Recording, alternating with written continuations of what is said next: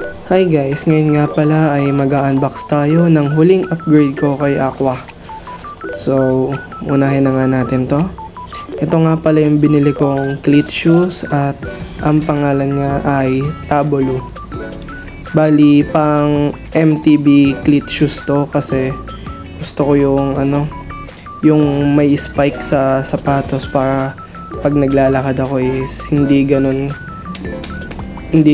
masyadong nakaangat yung paa. Like pantay pa din. At syempre makilakad din kasi ako eh. Kakatulak. Mahina pa. Kaya yun. Ang pinili kong cleats ay yung pang MTB. So yan nga pala yung itsura ng Tabolu. Bali, ni-recommend lang din to nung kaibigan ko na ito daw yung bilhin ko mong cleat shoes na budget friendly and then quality na din at kasi na-try niya na din daw to.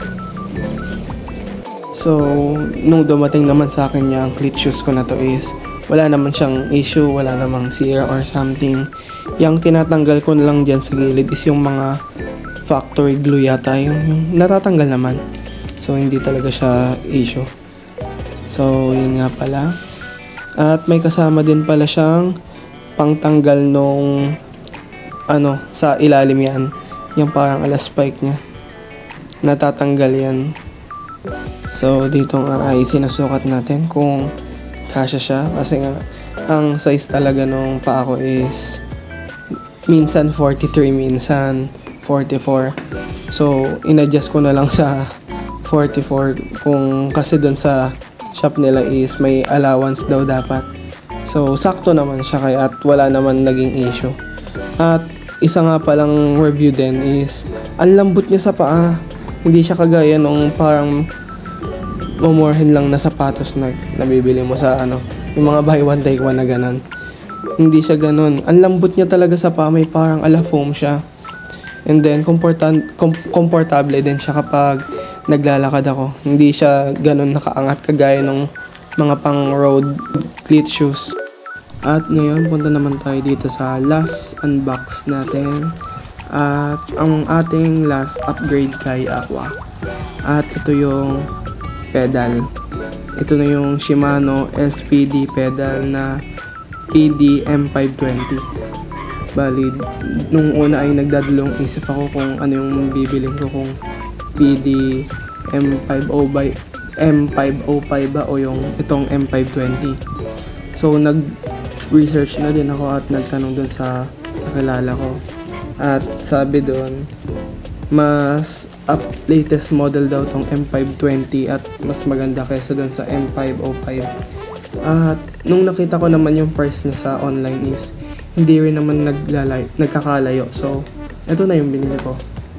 At syempre, bago ako bumili, nanood din ako sa Facebook kung ano yung mga patunay na kung paano mamili ng legit na Shimano pedals na to. Kasi madami daw peking ganito eh. At nakita ko nga din naman sa Shopee. So, isa na ding indicator para malaman kung legit ba yon is itong nakalagay sa mismong pedal niya, yung patent yata yun. Yung may Shimano PD, made in Malaysia, ganon. Bali, dapat wala siyang parang naka-box. Like yung in-imprint lang sa kanya. So far dito sa nabili ko is wala naman. And isa ding indicator, yung sa box nga pala niya. Dapat walang dash dun sa SPD pedal. Dapat SPD pedal lang, hindi SPD dash tsaka pedal. So, isa ding indicator is itong Shimano na nakalagay sa gilid. Dapat parang light na white siya. And then, dun sa may metal part is dapat walang kanto. Kumbaga parang flat, parang smooth yung pagkaka-curve niya dyan sa parang metal part na kulay gray na yan. So, yan. At isa pa palang indicator dun sa fake is may makikita tayong rubber seal. Diyan o, hinahanap ko.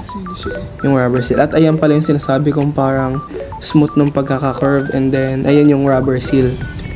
Ang legit na ganyan is may nakalagay. Tapos dun sa fake, ang napanood ko, wala. And then, isa pang indicator is yung nakalagay dyan na important warning is hindi daw dapat naka-bold. So, okay naman, legit naman. Parang naka-normal font lang siya. Tapos, isa pa pala dun sa paper kanina na pinakita ko. Dapat isang paper lang yung makukuha nyo and may QR code dun sa gilid. So far, overall, unang tingin ko pa lang is legit naman tong nabili ko. So, wala naman tayong naging problema. And then, yung patent niya, diba? Yung parang mismong letters at numbers lang yung naka-imprint. Wala yung mismong pa-box. So, para sa ating last na gagawin is ilalagay na natin yung bala dito sa ating cleat shoes. Bali, tinanggal ko muna yung nakalagay nito sa likod gamit ng Allen key. At doon naman tayo sa paglalagay nito ng tama is trial and error na lang. Bali, kapag hindi ka komportable kapag nagpipedal ka, i-adjust mo. So, yun nga, itong may parang patusok niyan is yan yung magko-contact dun sa ating cleat shoes. And then, ilalagay na natin itong cover. So, ang ginamit ko nga din pala ditong nuts is hindi yung galing dito sa cleat shoes, kundi yung kasama dun sa mismong cleat pedals.